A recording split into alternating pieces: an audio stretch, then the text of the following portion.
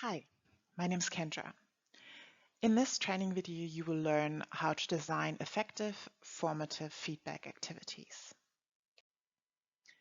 I'm sure we've all been there. I certainly have. You try to learn a skill, let's say baking a cake, doing some home renovations, playing a musical instrument. So of course you go online and watch a video of someone performing that skill or a training video. And if you've watched enough training videos, at some point you are convinced that you can do it too, right? But if you then about to perform the skill, like build that furniture or play that instrument, you suddenly realize, oh, it's actually more difficult than I thought. There's actually some research on this phenomenon. So if you're interested to read this short abstract of this research piece that I found here, stop the video and have a read. So what researchers have basically found is that the more people watch others perform a certain skill without actually getting the opportunity to perform and practice the skill themselves, they only think that they can do it, but in the end, if they're asked to actually perform the skill, turns out they can't. Yeah. And this shows us that an issue of online learning, yeah, that we at empowermefirst.college have to deal with. We create online courses where there's no or very little direct student-teacher interaction. So we have to create opportunities for our students to actually practice the skills, the content that we want them to learn. And this is what this video is going to be about. So this video is about creating opportunities for our students to receive formative feedback. At empowermefirst.college, we work with the learning management system Moodle, the learning platform Moodle. So when we talk about formative feedback opportunities, activities, we mainly talk about quizzes in Moodle. So by the end of this video, you should be able to explain why formative feedback is important. We've already talked about this. You'll be able to design quiz questions for different levels of learning. You'll be able to design different types of Moodle quiz questions, and you'll be able to write effective quiz questions. Let's get started. So first of all, let's look at what feedback is actually. Yeah, so when we talk about feedback, we have to keep in mind that there are two different types of feedback. On the right-hand side in this table, we have summative feedback. So summative feedbacks, we talk about unit tests or assignments that you might design for your online learning course. So summative assessment, summative feedback is high stakes because there are marks involved, yeah, and they're evaluative. So you're evaluating whether or not the student has met the learning objective. And they're a one-time activity. In the left-hand side of the table, you see formative feedback or formative assessment activities. What we mean here is practice activities such as quizzes that we can set up in Moodle. So formative feedback is low stakes because there are no marks attached to it. It's diagnostic, so students and you as the teacher get information about what are the gaps that the students might have or might still have. And it's an ongoing activity, so students can take these quizzes again and again. And they're an essential part of the learning process because they help students to take control of their learning and to become self-regulated learners. In this video, we're going to look at formative assessment, formative feedback activities only. Okay, let's take a step back and let's look at the role of feedback in learning. You might be aware of Garnier's 9 events of learning. If not, maybe pause the video now and read through this little flowchart here. So what you see here is the conditions, the ideal conditions for or of learning, and they consist of 9 distinct stages. And as you can see, feedback is an essential stage here. And feedback happens after the student is asked to perform some sort of activity that they then get feedback on. Last but not least, let's consider these two other aspects for why formative feedback activities are important in learning, especially in online learning. The first one is motivation. Yeah, of course, receiving feedback on something that I do is very motivational. Yeah, so I'll continue doing it. And the other one, of course, is gamification, especially since we're talking about Moodle quizzes here. Who doesn't like to answer a good quiz question, right? So you read it, you choose your answer, and then you get instant feedback. Is that right or wrong? Did I do it right? Yeah. So this gamification aspect, again, also is connected to motivation.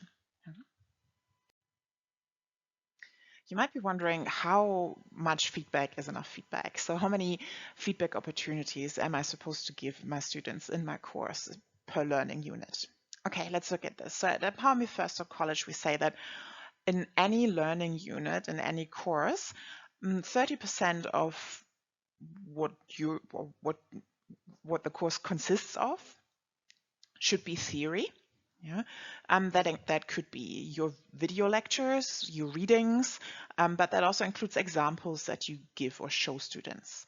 The other 70% should be dedicated to students actually getting active, actually doing something. And of these 70%, let's say 30% should be practice activities. Yeah, that means formative assessment, formative feedback. We've talked about this. So low stakes, no marks. Yeah. So 30% should be practice opportunities.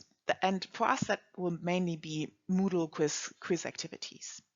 And 40% should be the actual application of the newly learned skills. So these are your assignments, your interdisciplinary projects, and so on. You might be aware of different levels of learning that we're targeting with our activities. So on the left-hand side, you can see an example for taxonomy. So going from lower level activities, which is remember and understand, to intermediate activities, which is apply and analyze, to higher levels of learning, which is evaluate and create. And these should be reflected in your quiz questions that you're designing for students as well. So again, more percentages here. Again, just see them as a rough guideline, just to illustrate how much you should focus on what area. So around 60% in total should be dedicated to easy and intermediate levels of learning. Yeah, so that ranges from remember to analyze. Yeah, and the other 40% should be dedicated in your quizzes to students actually evaluating, creating to the higher rungs of learning.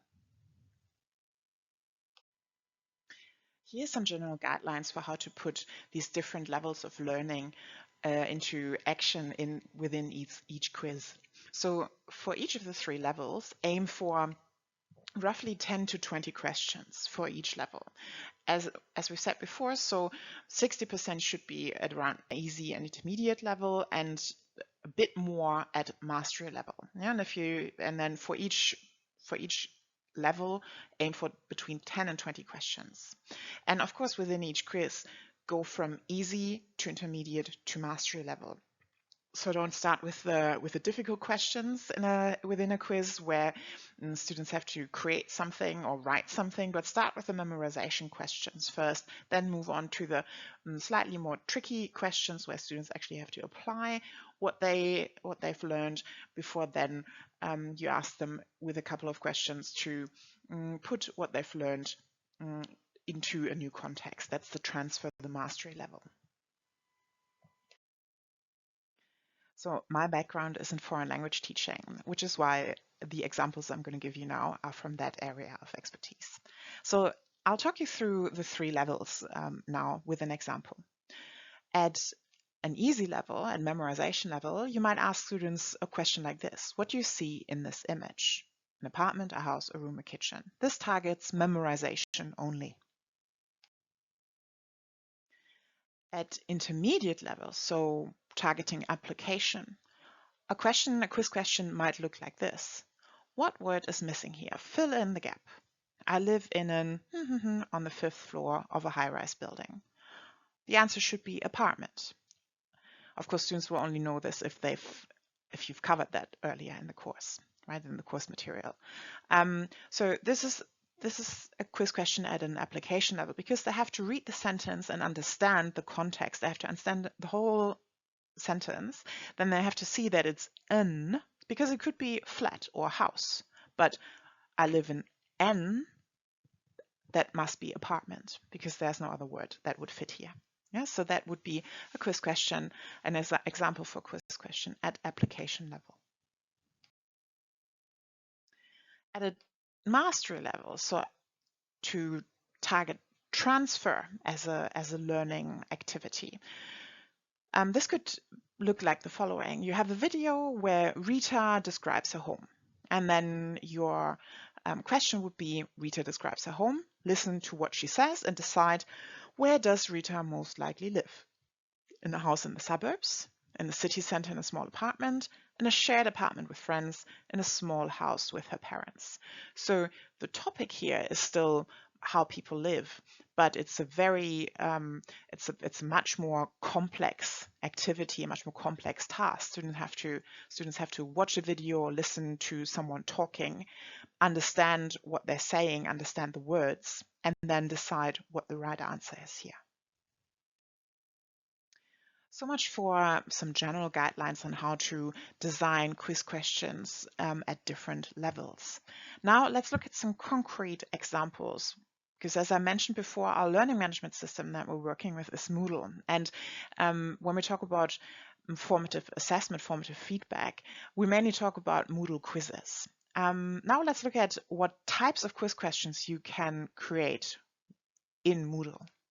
So if you open a quiz, or if you want to design a quiz in Moodle, these are the options that you will get. Maybe pause the video now. If you've never seen that before, maybe pause the video now and read through the list of types of quiz questions that you can add in Moodle.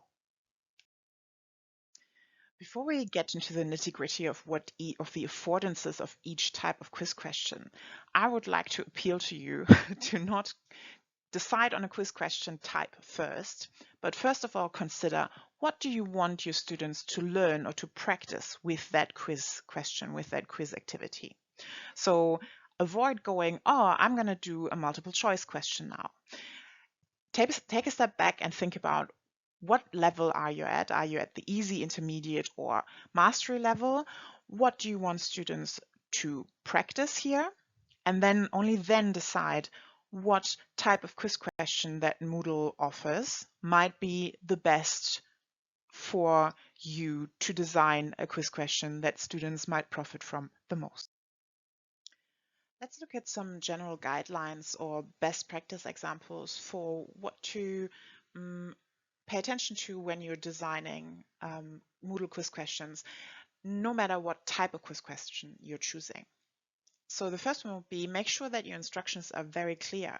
For example, here, match the foods on the left with the categories on the right. Careful, there are 2 wrong answers. So first of all, you tell students what they're supposed to be doing here and what it is that they're seeing. They see food items on the left and the categories on the right.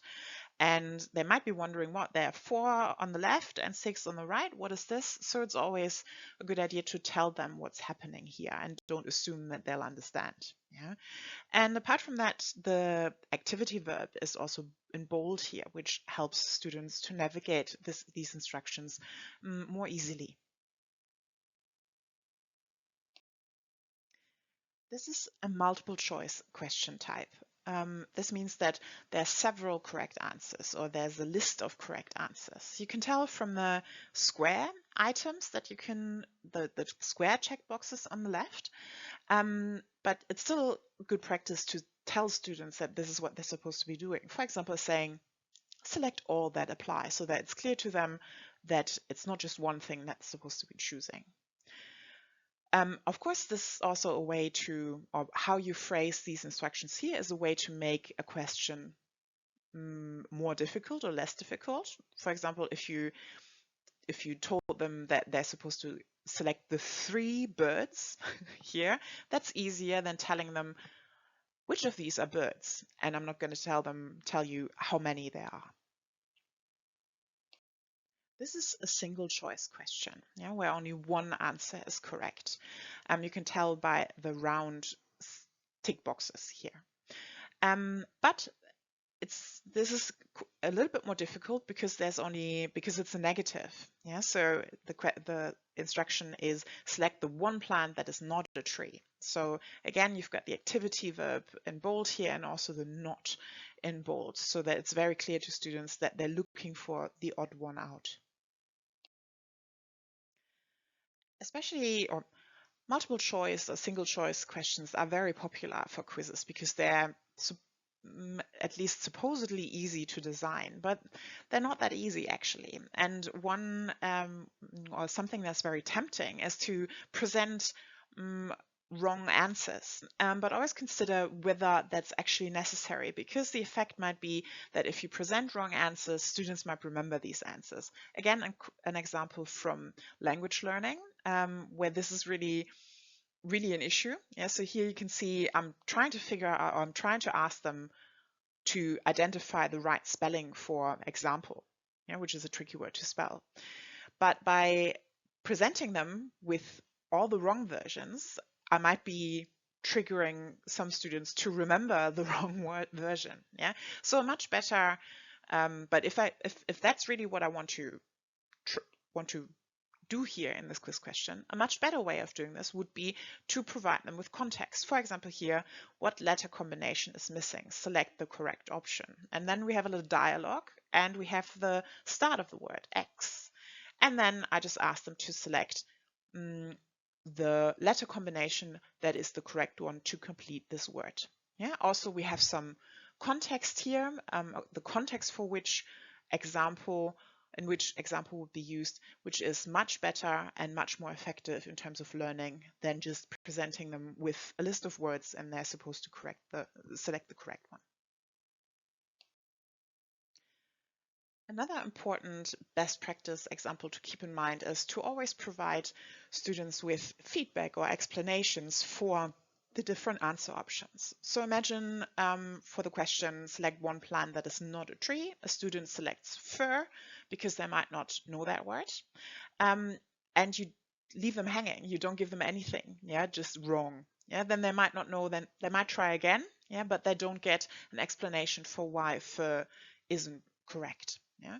So here, for example, if a student selects fir, the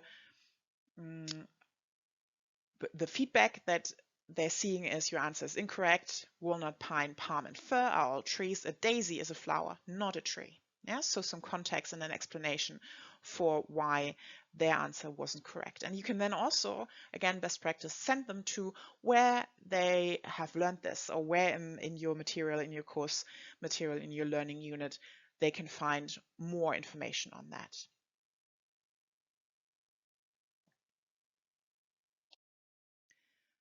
This is again an example for providing context or providing explanations and feedback on a wrong answer.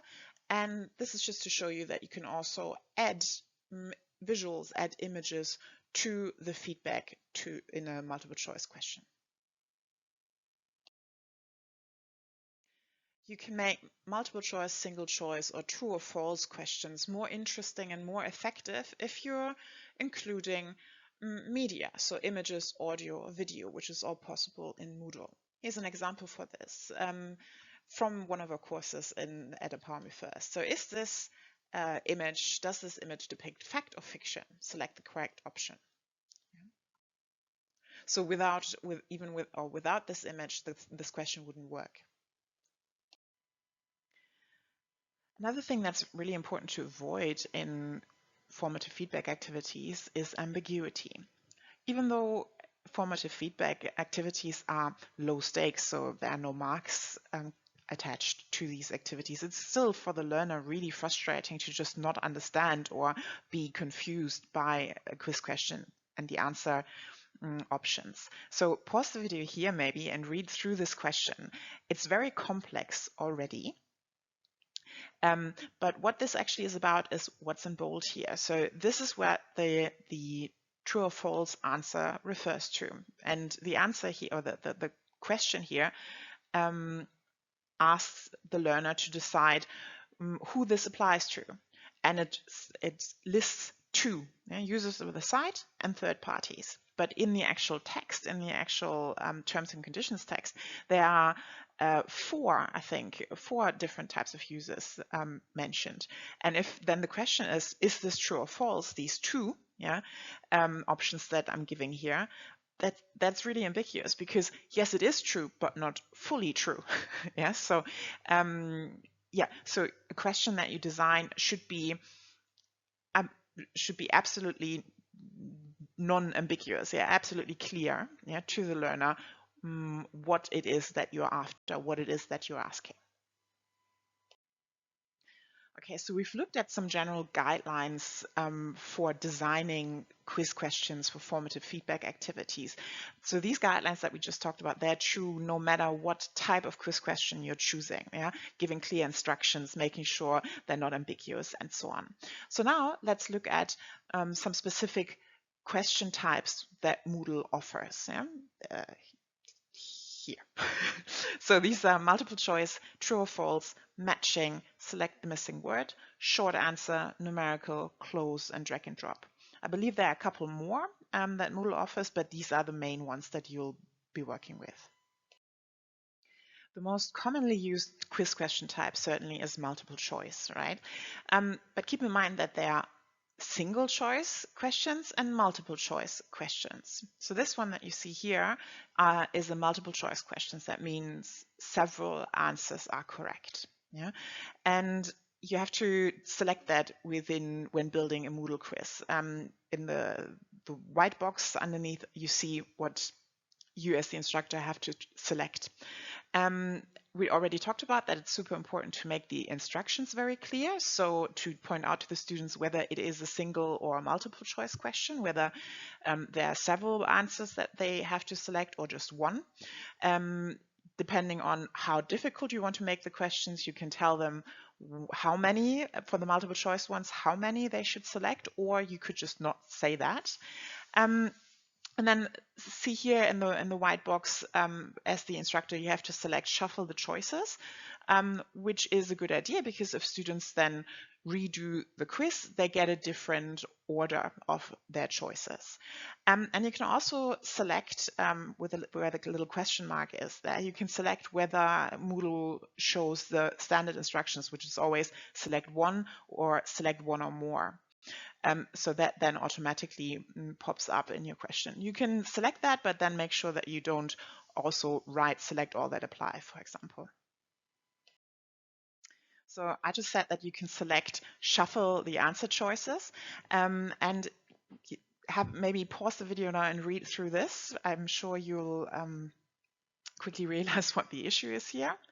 So if you select shuffle the answer choices, then what you can't do is say something like all of the above. Yeah. So if you want to create a question where all of the answers are true, then maybe it's a better way would be to not go for a single choice, but for a multiple choice. So where learners can select all that apply. Yeah. And then you wouldn't need the all of the above. Or just don't click shuffle the answer choices. That would be another way of doing it.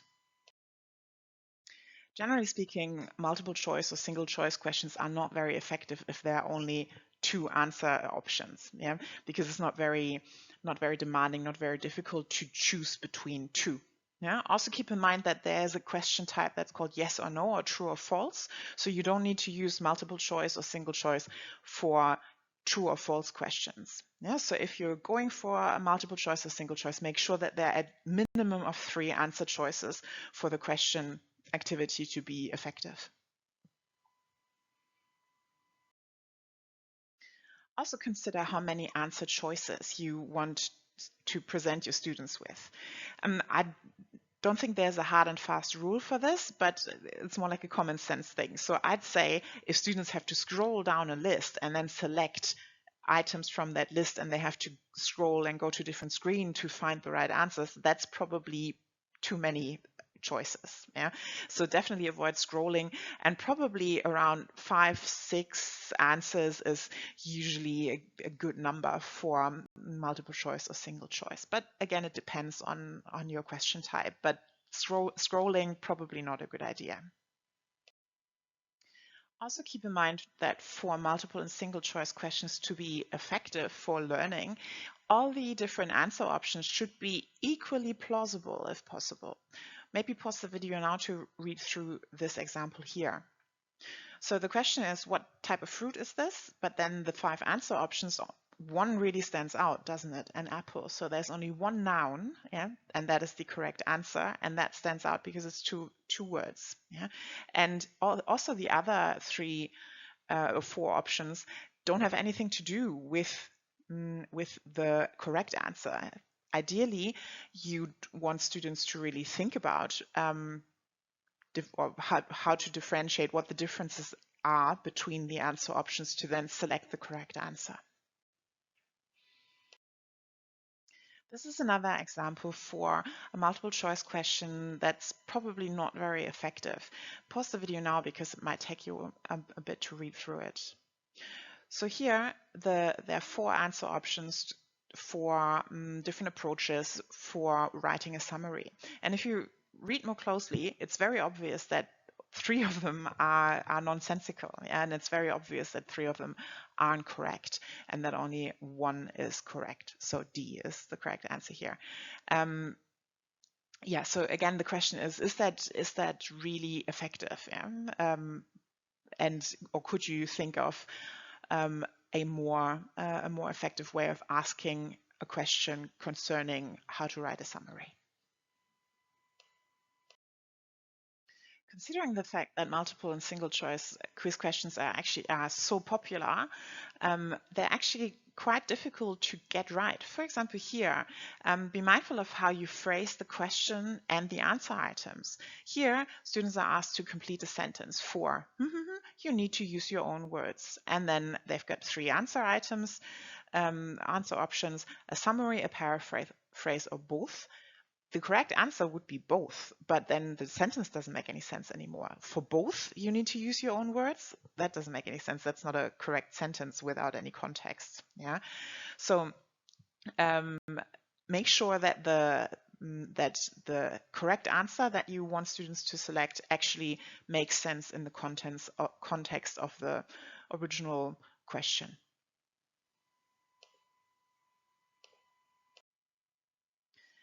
Remember what I said at the very beginning when we started to talk about different types of quiz questions?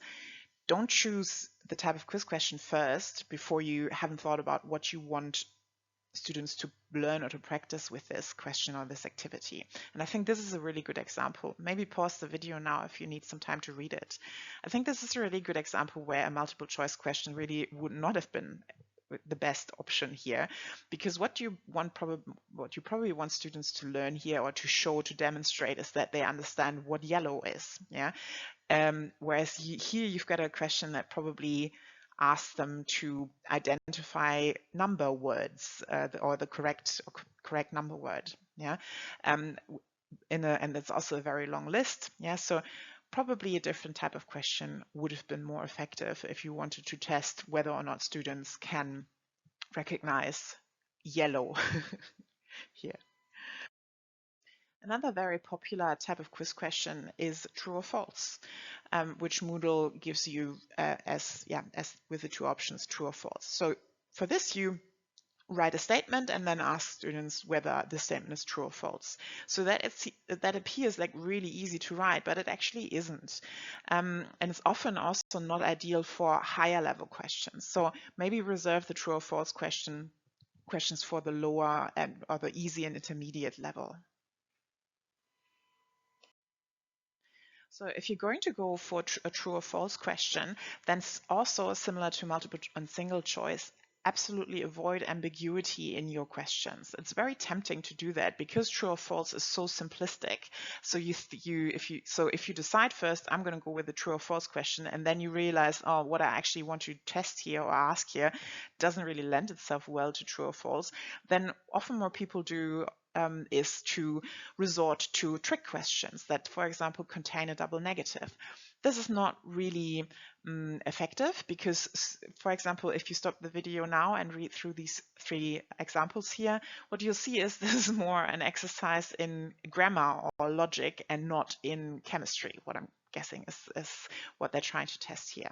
Yeah, so true or false here probably wouldn't be the best choice, and double negative or a trick question is never a good idea because it just leads to frustration on the learner side.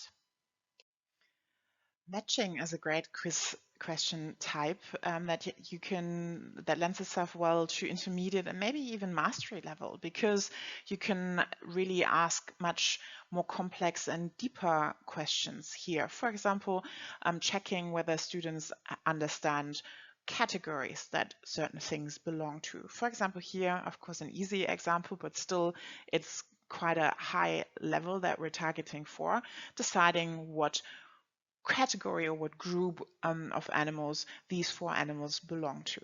And again, you can make this even more difficult by adding some extra categories that don't apply. And you can use matching activities for parts of words or even parts of sentences, or you could also use it for full sentences. Matching also works really well for complex content, complex topics like steps and processes. For example, here are the 7 steps in first aid that students are asked to put in the right order. Moodle also offers us a select the missing word activity. These are more flexible than the matching activities because you can use it for full texts or also for individual items. Here's an example of a sentence where 2 words are missing and students are supposed to select the correct option from a drop-down menu. And of course, you can make this simple or more difficult depending on how many options and what options you're offering to students here. In Moodle, we can also create quiz questions where students are supposed to type short answers. So short answers here is a word, usually. And the short answer question type lends itself well to is more advanced because there are no answer options, either in a drop-down menu or in a multiple choice list, to jog the student's memory. But they have to come up with the answer from within themselves. Yeah? The problem is you for the short answers you can't be, or the answer options can't be too complex or too long. For example, or here's an example, what is the German word for university? Die Universität. Well, that's almost correct. Oh, and here's also the difficulty with typing special characters, but you could solve that, for example, here by giving them the sentence here and then ask them to copy and paste, yeah, if they need the special character. But the problem here is that nouns in German are always spelled with a capital letter. And so here the issue is what do you program Moodle, whether do you tell Moodle to accept the non-capitalized letter, or do you insist on having the word capitalized? You could solve this by giving partial points for this answer and putting in the feedback, which is yellow here, that it's almost correct because it hasn't been capitalized. This is another great example, this time from the field of chemistry, to demonstrate what makes short answer quiz questions a bit tricky sometimes, because here you're asking for the name, the actual name of a specific scientist that students might have learned about, but the spelling is really difficult. But yeah, you don't want to give them answer options because that would be too easy. You want them to remember and type in the name proper. What can you do? So there are a couple of things that you can do to still make this work.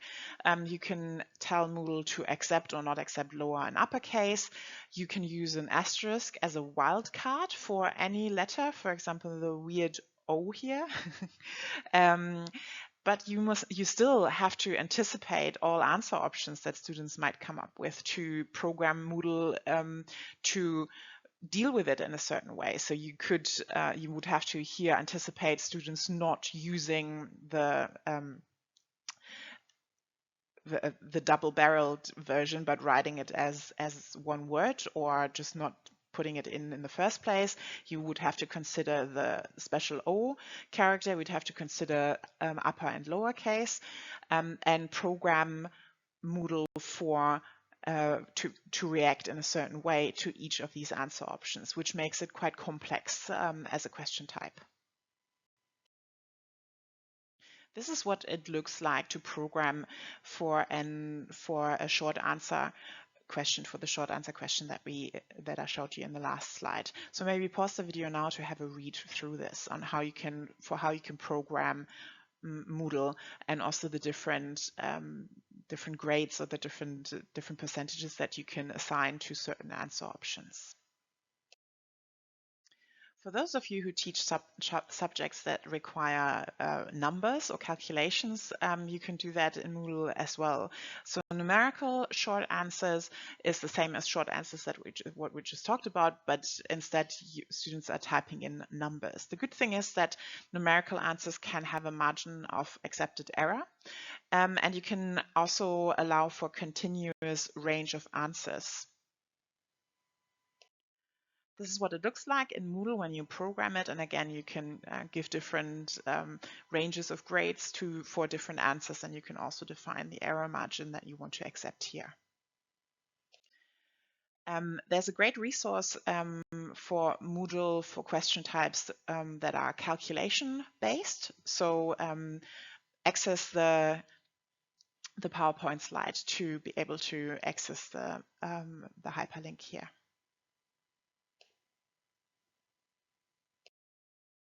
Another popular question type are close questions.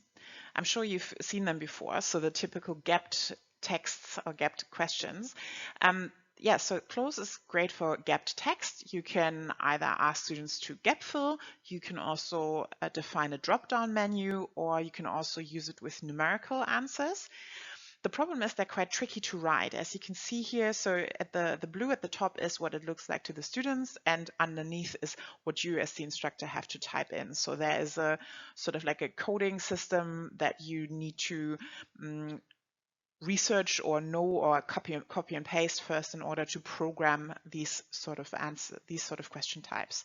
There's again a great resource here that you can access via the PowerPoint slides. And similar to short answers, for closed questions, you have to anticipate all possible answer options that a student might give. And we all know students can get really, really creative. So here the question was in first aid, the letters doctors A, B, C, D, which is an abbreviation to remember what to do in a first aid situation. And they're supposed to type in what these letters stand for, which is a valid activity. But the problem is when they then click on correct or the feedback, they basically got it right. They got all the right information. Unfortunately, you've programmed it not to say airways, so in plural, but it's just airway. Yeah, and defibrillator, which is the actual implement, but you program it to be defibrillation. Yeah, so they got it right, but still they didn't get full marks, which from a student perspective is really frustrating and is also not conducive to learning, because students just get frustrated and they don't know, is that completely correct? Did I get the answer? Did I just remember it wrong? No, it's just that you as the teacher hadn't anticipated all the different answer options that a student might come up with that are still correct, but you just hadn't thought of this.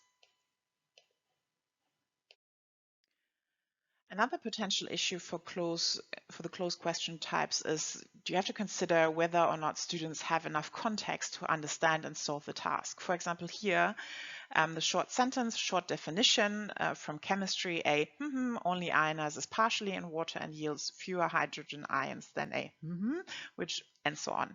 So the question here you would have to ask yourself as the instructor, can students actually solve this? Do they have enough information here? They might or they might not. So here you're also asking them to input 2 words each.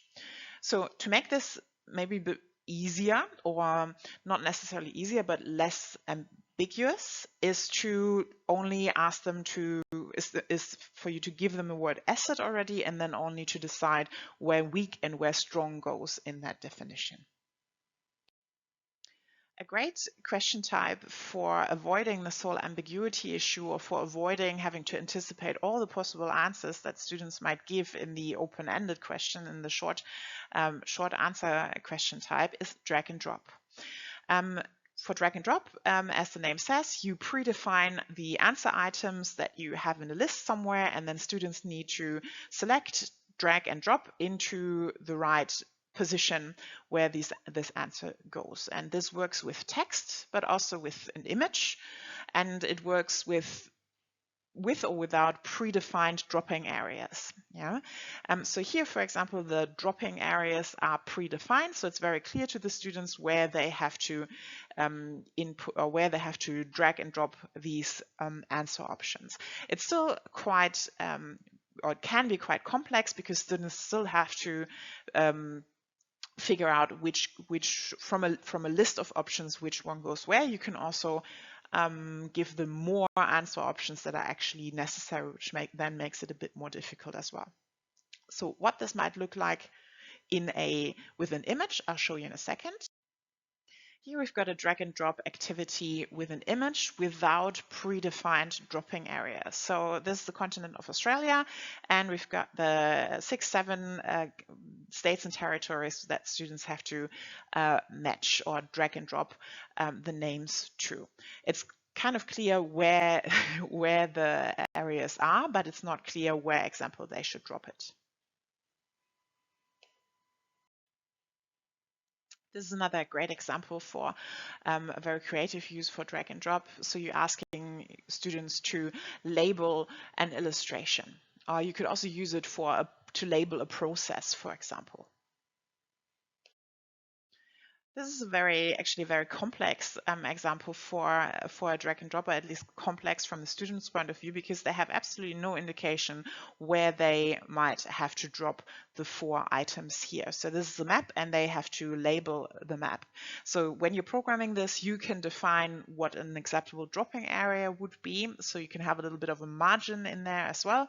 But for students, they have no indications. So this makes this quite complex.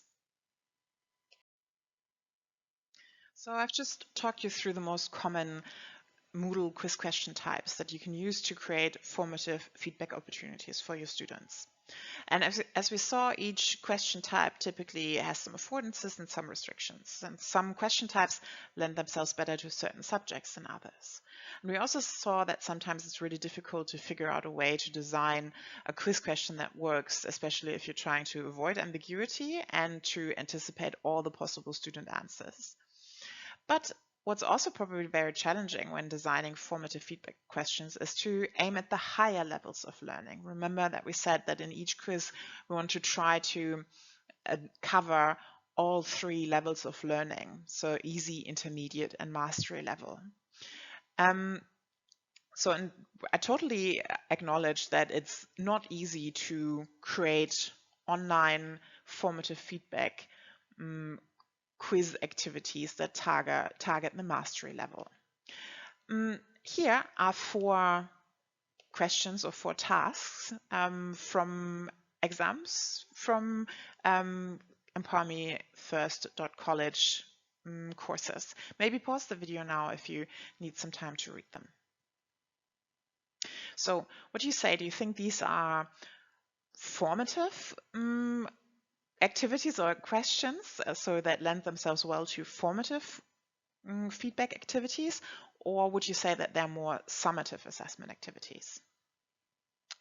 So I would argue these are definitely questions or tasks from summative assessment pieces. So these are your typical end of term exams, written exams. So and they're probably geared towards a written exam, not so much an online format where students get immediate feedback, automated feedback. So what I want you to do now, and there's no right or wrong answer, and I won't give you a sample answer as well. This is just a food for thought activity. So read these 3 tasks or questions, and maybe think about how you can create formative feedback activities in Moodle with the question types that I just talked you through. That still target the mastery level. Yeah, so because these 4 questions here, they're all open-ended, and these are difficult to replicate in Moodle because they would probably need an examiner or a teacher to read the answers and to mark the answers. But we want to create online formative feedback activities that generate feedback automatically. So think about how you could transform these 4 tasks, these 4 questions, into formative feedback activities in Moodle that still try to target the higher levels of learning. This is your final task for this video. Thank you very much. I hope you enjoyed this video, and I hope you could take some practical tips and some food for thought with you for your work with empowermefirst.college. If you have any questions, feel free to contact me via this email address. Thank you.